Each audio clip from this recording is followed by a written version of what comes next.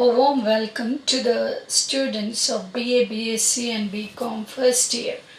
Today I am going to present the first lesson, that is the curve in the sky of the first semester.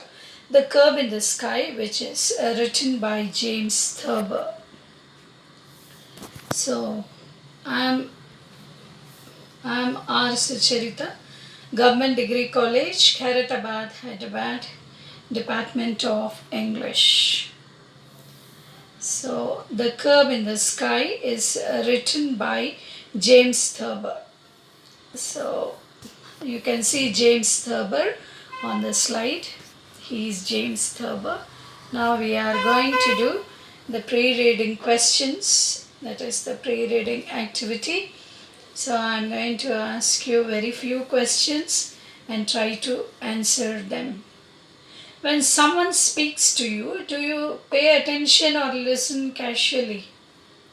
When someone speaks to me, I actually listen carefully when it is so important to me. And if they're going on speaking something, I just listen casually. How do you feel when you are speaking and someone interrupts you continuously? When they interrupts me continuously, I feel like slapping them. You- I really don't like that. But I think that's not good. Okay, yeah, that is the natural feeling, Yes. but okay. Is it a good habit to correct others constantly? Actually, it's a no. But in the case of friends, we can do that. To our elders, we can't correct constantly. Yes, good. Thank you. So we have completed this pre-reading activity. Now we are going to see about the author, that is James Thurber. So first we are going to see the meaning of the curve. So what is a curve? So curve is curve is nothing but it is an edge of the footpath. That is called as curb here, the edge of a footpath. Remember that it is the edge of a footpath which is called as curb. So now we are doing the lesson, that is the curb in the sky. So now we are going to do about the author, that is James Thurber. So I hope you have a little knowledge about James Thurber, or you have studied the stories regarding James Thurber. So James Thurber, he was born in the year 1894 and he died in 1961, was an American humorist. After working as a reporter for various newspapers, he finally joined the New Yorker magazine and established himself as an essayist and a short story writer. The Seal in the Bedroom, My Life and Hard Times, and The Middle Aged Man on the Flying Trapeze are some of Thurber's well known books. He also became well known for his cartoons. The Thurber Prize for American Humor was established in his honor. So, James Thurber's writings, even when I studied, I enjoyed his humor in his writings. So he was born in the year 1894 and he died in 1961. And he was an American humorist. So you know who is a humorist? One who makes us laugh and enjoy. So like that he was a humorist. Then after working as a reporter for various newspapers. So he started his career as a reporter and he worked as a reporter for different newspapers, that is various newspapers, and finally he joined the New Yorker magazine. So here you can see the New Yorker magazine. Finally he joined in this New Yorker magazine, and he himself established as an essayist. So you know who is an essayist? An essayist is a person who writes very well. The essays. So an essay is a very long narrative. So like that, he was a very good essayist, and to his credit, written many essays. And not only that, he is also a short story writer. So he was a well-known short story writer. And then the Seal in the Bedroom, My Life and Hard Times, and The Middle-Aged Man on the Flying Trapeze are some of Thurber's well-known books. So here you can see the Seal in the Bedroom. This is written by James Thurber. And then he has written My Life and Hard Times. This is also his well-known book. And The Middle-Aged Man on the Flying Trapeze. So this is The Middle-Aged Man on the Flying Trapeze, which are Thurber's well-known books. So if you have time in your vacation, you can get these books from the library and read. So he also became well known of his cartoons, and he is a very good cartoonist too. So like that, the Thurber Prize for American Humor was established in his honor. So he got the Thurber Prize for American Humor, which was established in his honor. Now, The Curve in the Sky tells the story of Dorothy and Charlie Deshler. So these are the main characters in the story. That is Dorothy and Charlie Deshler, the two main characters in the story, which you have to remember. So Dorothy has the habit of constantly interrupting other people when they speak. So what is the habit of Dorothy? This girl Dorothy, what is the habit of her? So if we read her deeply, she has the habit of constantly she'll be interrupting. She'll be interrupting other people when they speak. In order to correct their mistakes or to finish their sentences, her husband Charlie loves telling stories.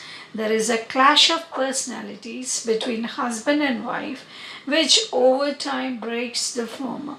In order to avoid being interrupted by his wife, Charlie starts weaving fantastical tales of dreams, but he eventually loses his mind and ends up in an asylum. At the end of this story, Charlie seems utterly defeated as Dorothy intrudes even into his fantasy world. So we have seen that there are two important characters in the story, that is Dorothy and Charlie Deshler. So the character of Dorothy is she'll be constantly interrupting other people when they are speaking, and she tries to correct their mistakes, and not only correcting their mistakes, but she tries to finish their sentences. So this is the character of Dorothy that you have to remember. So the character of Dorothy is very, very important in this story.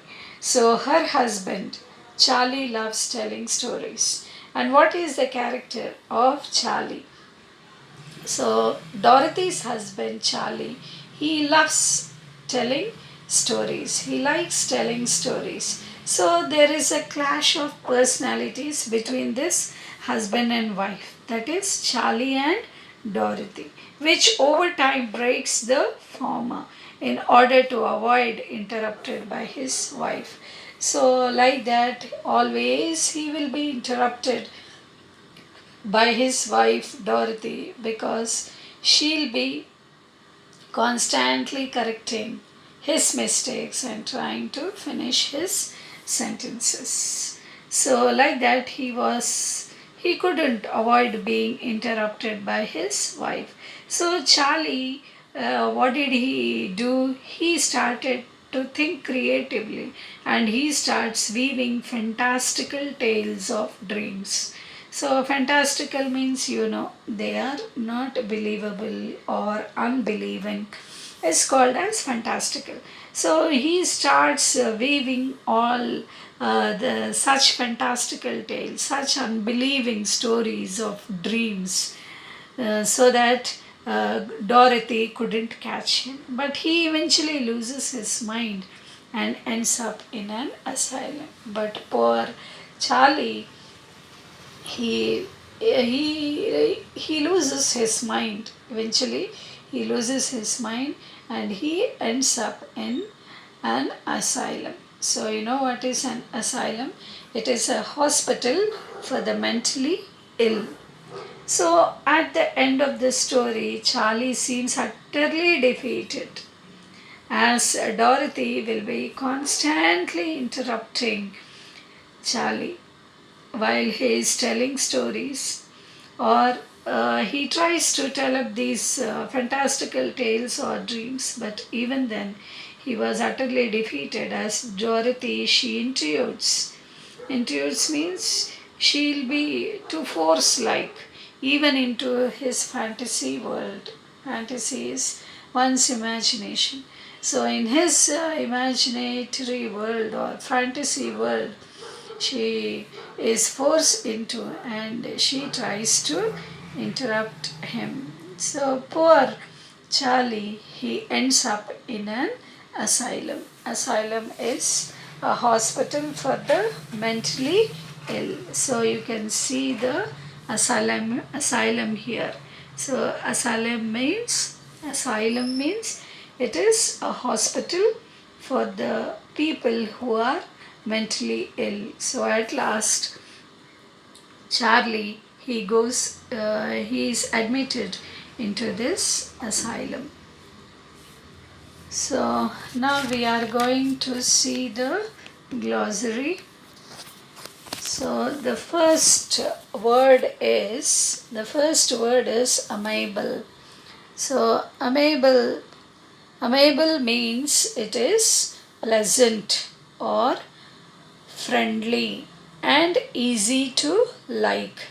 Amiable is pleasant, friendly, and easy to like. There is a picture here, amiable. Now see, the friendly, having or showing pleasant, good natured qualities. Okay, so that is called as amiable. So it is friendly or pleasant. Then the next word is anesthetic. Anesthetic means a drug that makes a person or animal unable to feel pain. So, when you are unable to feel the pain, when some drug is injected to you, especially women, when they go to deliver a child in the hospital, they are given this anesthesia. It is a drug which makes that person unable to feel pain. So, there is no more pain. Okay, so or it may be injected to an animal also. So that is called as anesthesia or anesthetic. Then the next word is asylum. Asylum is a hospital for the mentally ill. So previously I have shown this picture. Asylum, you have to remember that it is a hospital for the mentally ill. Then colon. Colon means it is pay a visit to someone. When you are paying a visit or when you are going to visit someone, that is called as colon here in this lesson. Then captious. Captious means it is tending to find and call attention to faults, always finding faults or paying attention to others' faults, tending to find and call attention to faults. FAULTS, faults. So that is called as captious. Then the next one is climax. So climax means the decisive moment in a story. So everybody knows, we say the story came to a climax. That means it is the decisive moment in a story is called as climax.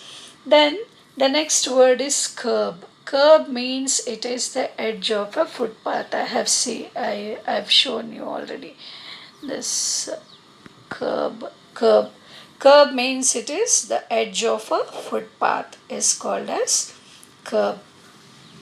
Then the next word is differ.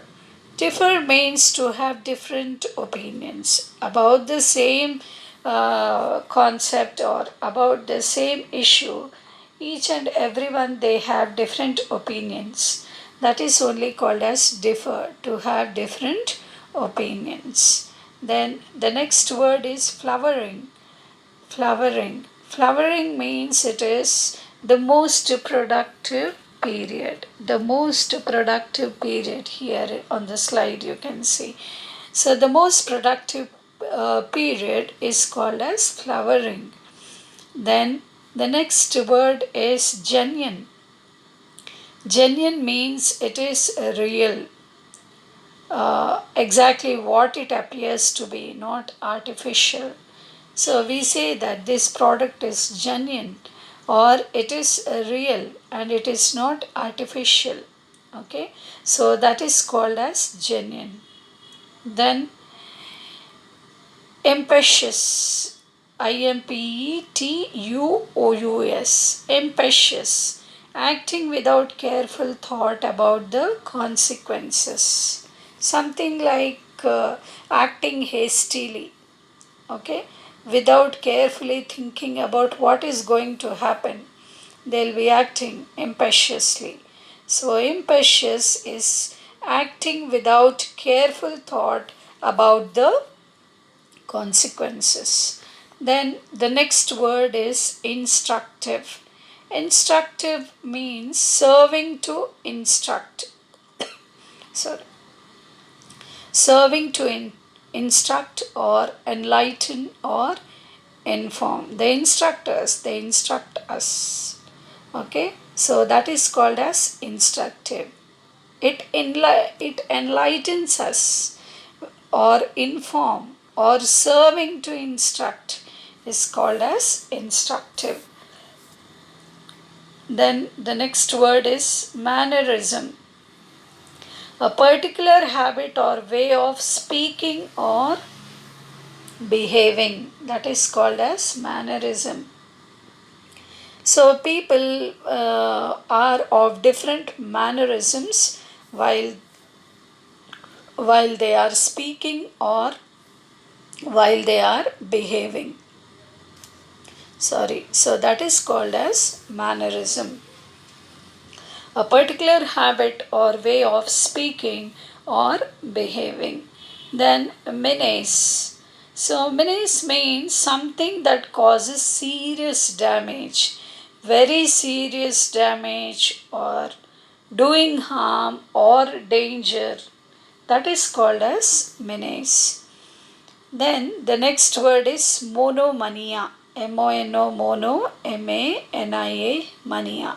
Monomania. Monomania means too much interest in or for one thing. Too much interest in one or for one thing. If you have interest only in one thing, that means it is called as monomania. Then the next word is nuisance. Nuisance, nuisance. So, nuisance means something or someone that causes annoyance, inconvenience, or making life more difficult. So, that is called as nuisance. Mostly teachers will be using this word. Don't create nuisance in the class, in the classroom, they say. That means making someone feeling annoyed or feeling very inconvenient or makes life more difficult. That is called as nuisance. Then the next word is outlandish. Outlandish means strange or extremely unusual. Very strange or very unusual is called as outlandish. Then the next word is persuasion. Persuasion means a personal belief or point of view. A personal belief or point of view is called as persuasion. Yes, I can persuade that person, we say. A personal inculcating. So, a personal belief or point of view is called as persuasion. Then, post haste. P-O-S-T, post, H-A-S-T-E, haste, post haste. Post haste means as fast as possible. So, hey, hasty we say. So, in the same way, as fast as possible is called as post haste. Then the next word is post hoc, H-O-C, post hoc. Post hoc means it is after the event, is called as post hoc. Then probable, P-R-O-B-A-B-L-E, probable. Probable means to likely to happen, to exist, or to be true. Likely to happen or to exist or to be true. So, seeing the clouds, we'll be telling that it may rain today. So, that is what it is probably likely to happen, or it may become true, is called as probable. Then raconteur, R-A-C-O-N-T-E-U-R, raconteur, is called as a person good at telling stories in an interesting way. A person who tells the stories in a very interesting manner is called as raconteur. Raconteur. Okay, then the next word is sanctuary. Sanctuary. So, sanctuary means a shelter from danger or hardship. If there is any danger or if there is any hardship. So, especially the military ones, they will be hiding in those holes which is made in the underground. Okay, so it is a shelter from danger or hardship, that is called as sanctuary here in this lesson. A shelter from danger or hardship. Then the next word is screened in porch. Screened in porch means it is a covered veranda. It is a covered veranda is called as screened in porch. You can see on the slide. So that is called as screened in porch. Then the next word is sentimental. Sentimental means characterized by great feeling or emotion. You say, I have this sentiment and I have that sentiment. That means it is having great feeling or emotion is called as sentimental. Then the next word is wear down. WEAR, wear, DOWN, down, wear down. Wear down means to make someone feel tired and less able to deal successfully with a situation. When they feel very tired with some class or with some people, they feel very tired and they are unable to deal successfully in that situation, with that situation. So, getting very tired and feeling exhaustive is called as wear down. So, with this, we have completed the glossary part, and now we are going to see the lesson, that is The Curb in the Sky, which is written by James Thurber. So, when Charlie Deshler announced that he was going to marry Dorothy, someone said he would lose his mind post haste. No, said a wit who knew them both post hoc. Dorothy had begun when quite young to finish sentences for people. Sometimes she finished them wrongly, which annoyed the person who was speaking, and sometimes she finished them correctly, which annoyed the speaker even more. So, I told you that there are two important characters in this story, that is Charlie and Dorothy. So, both of them, they are husband and wife. So, Charlie's full name is Charlie Deshler. So when Charlie Deshler he announced that he was going to marry Dorothy. So this was before their marriage. So when he announced that he was going to marry Dorothy, so someone they heard and they said he would lose his mind post haste.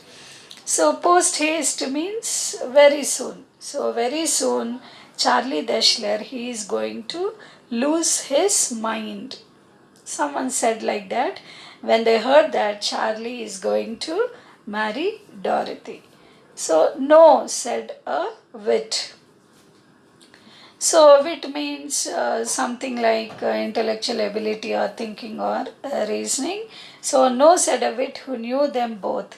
So a person who knew both of them, that person he told that who knew both of them that it is both post hoc. Post hoc means not post haste, that is not very soon, but later he is going to lose his mind. So these were the comments heard when Charlie Deshler announced that he is going to marry Dorothy. So Dorothy had begun when quite young to finish sentences for people. So this girl Dorothy, when she was very young, she started to finish sentences for people. When people were talking, she would finish the sentences. Sometimes she finished them wrongly. So it is not that she knows very good English, but sometimes what did she do? She finished them wrongly. But her attitude was that she wants to interrupt other people and then find faults, and not only that, to finish the sentences which annoyed the person who was speaking. So the person who was speaking, they felt very annoyed when Dorothy did like this. And sometimes she finished them correctly, sometimes she finished them wrongly, and sometimes she finished them correctly. But the speaker, we can say that he or she was annoyed even more. So, by listening to her, that is talking or interrupting other people, or when she corrects other people when they are speaking, so the people they were very much annoyed. So when William Toward Taft was some guest in Dorothy's family home would begin President, Dorothy would pipe up. The speaker may have meant to say President, or he might have meant to say Young or Chief Justice of the Supreme Court of the United States. In any case, he would shortly put on his hat and go home. Like most parents, Dorothy's parents did not seem to be conscious that her mannerism was a nuisance. Very likely, they thought that it was cute or even bright. It is even probable that when Dorothy's mother first said, "Come, Dorothy, eat your," and Dorothy said, "Spinach, dear," the farmer telephoned Dorothy's father at the office and told him about it. And he told everybody he met that day about it, and the next day, and the day after. So when William Toward Taft, he was the some guest in Dorothy's family home, he would begin President. So Dorothy, she would pipe up the speaker may have meant to say president, or he might have meant to say young or chief justice of the Supreme Court of the United States, or whatever it is. In any case, he would shortly put on his hat and go home. So, like most parents, Dorothy's parents did not seem to be conscious that her mannerism was a nuisance.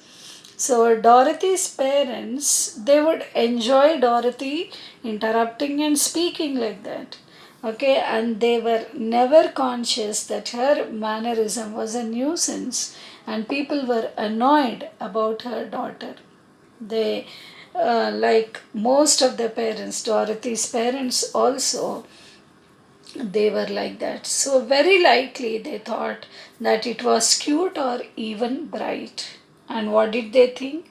They thought very greatly about their daughter, that her daughter is very cute and she is very bright. So, in that way, but never they tried to correct her nuisance or mannerisms. So, that was the behavior of Dorothy's parents. So it is even probable that when Dorothy's mother first said, "Come, Dorothy, eat your." Now, Dorothy's mother, she's telling, "Come, Dorothy, eat your." That means she didn't finish the sentence. "Come, Dorothy, eat your," she said. And immediately, what did Dorothy say? "Spinach, dear?" So the farmer telephoned Dorothy's father at the office and told him about it. And he told everybody he met that day. So like that, they would tell greatly about their daughter, that she is before speaking she was finishing the sentences, and she was so cute and bright that day about it, and the next day and the day after. So this is about their parents.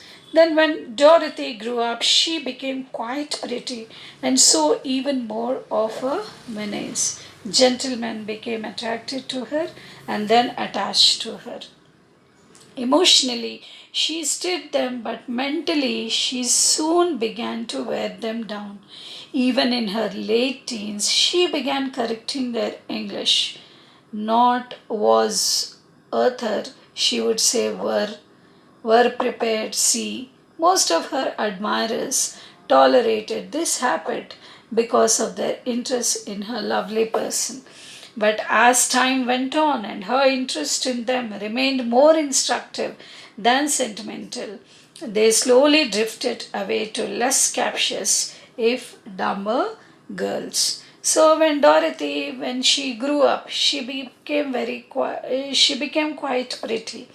So she looked pretty, something like attractive or beautiful, and so even more of a menace. But she was more harmful, something like that is, about her character, that she is interrupting and tries to finish other sentences and annoying them. So, gentlemen, they became attracted to her because she was pretty to look at. Gentlemen, they became attracted to her and then they were attached to her. So, this was the character of Dorothy, and then emotionally, she stirred them. So, she was a character like to stir other people emotionally, but mentally, she soon began to wear them down. That means the other people, they were attracted by her prettiness, but mentally they couldn't bear her. So soon they began to wear out. Okay, that means they became very much tired and they became exhausted by her behavior or mannerisms and the way she speaks. Even in her late teens, she began correcting their English. Even in her late teens, that means 18, 19 years also, what did she do? She started correcting their English. Not was, Arthur, she would say were, like that. She tried to correct other people, were prepared. See, most of her admirers, they tolerated this habit because of their interest in her lovely person. So most of the people, they tolerated her behavior because outwardly she was looking very pretty. So that's why many people, they tolerated her. And then, but as time went on, her interest in them remained more instructive than sentimental. So, as the time went on, or as the time passed, and her interest in them, it remained more instructive, and not only more instructive, it was than sentimental. So, they drifted. They drifted means they slowly went away to less captious if dumber girls. So captious means it is attention to faults. Always she was what attentive in catching the faults or mistakes of others and trying to correct them. So like that, they went to shift to the other girl. So Charlie Deshler, however, was an impetuous man. So he was, regarding Charlie's character now we can see.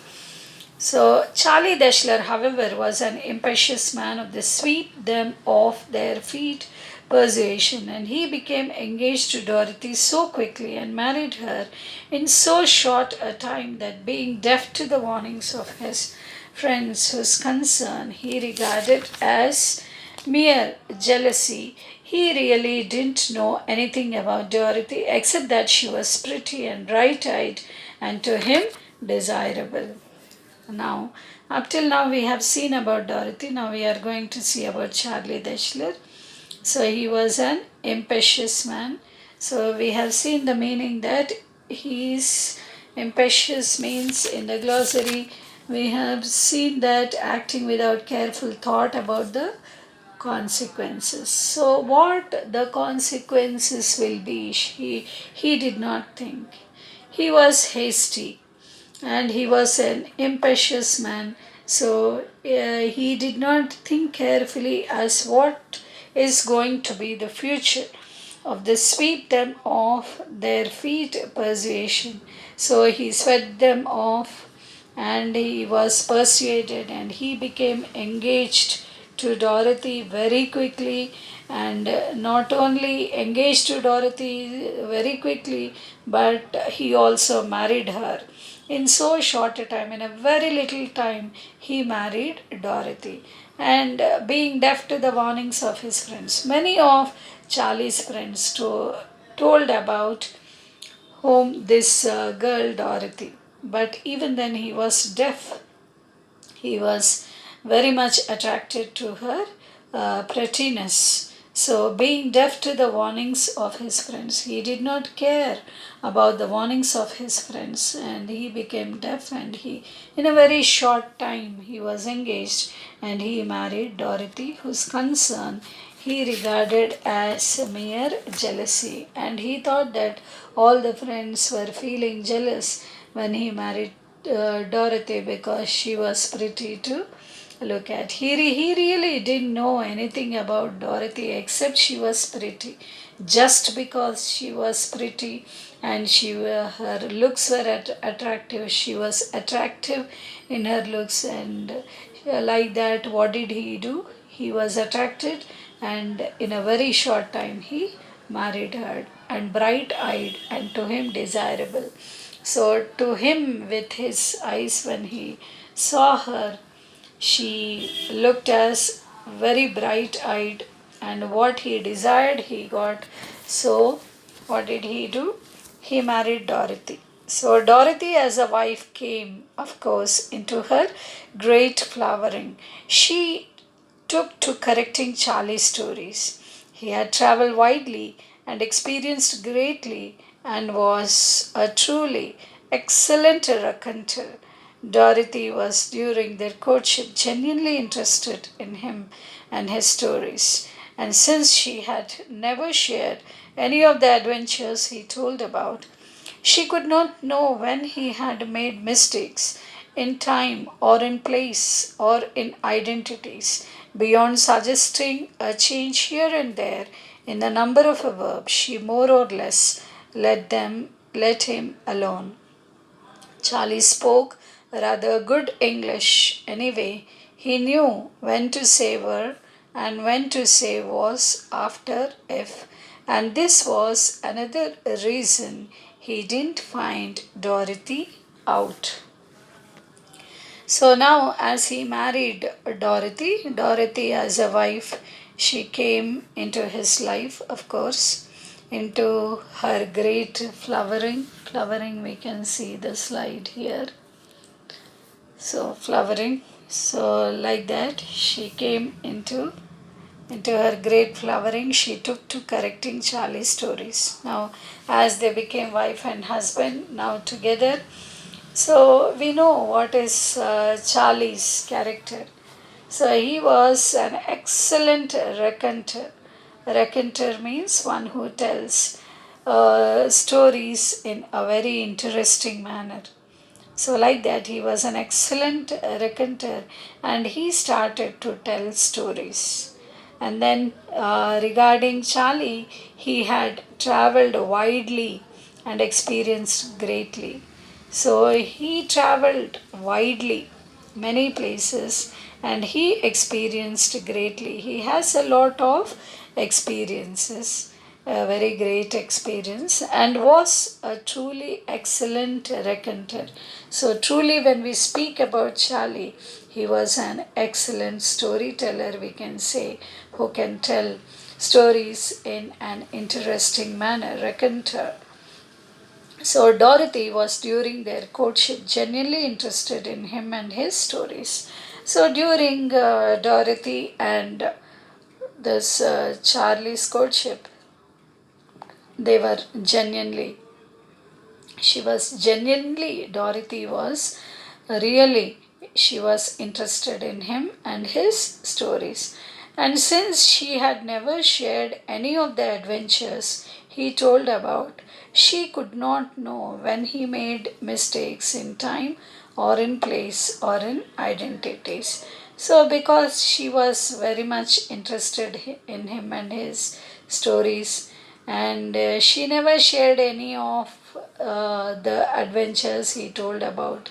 So she could not know when he made mistakes in time or in place or in identities. So beyond suggesting a change here and there, but even then, she would make suggestions here and there. She would make change in the number of a verb, and then she more or less let him alone. So Charlie spoke rather good English, so he speaks good English anyway. He knew when to say were and when to say was, after if, all these, because he was good at English, Charlie.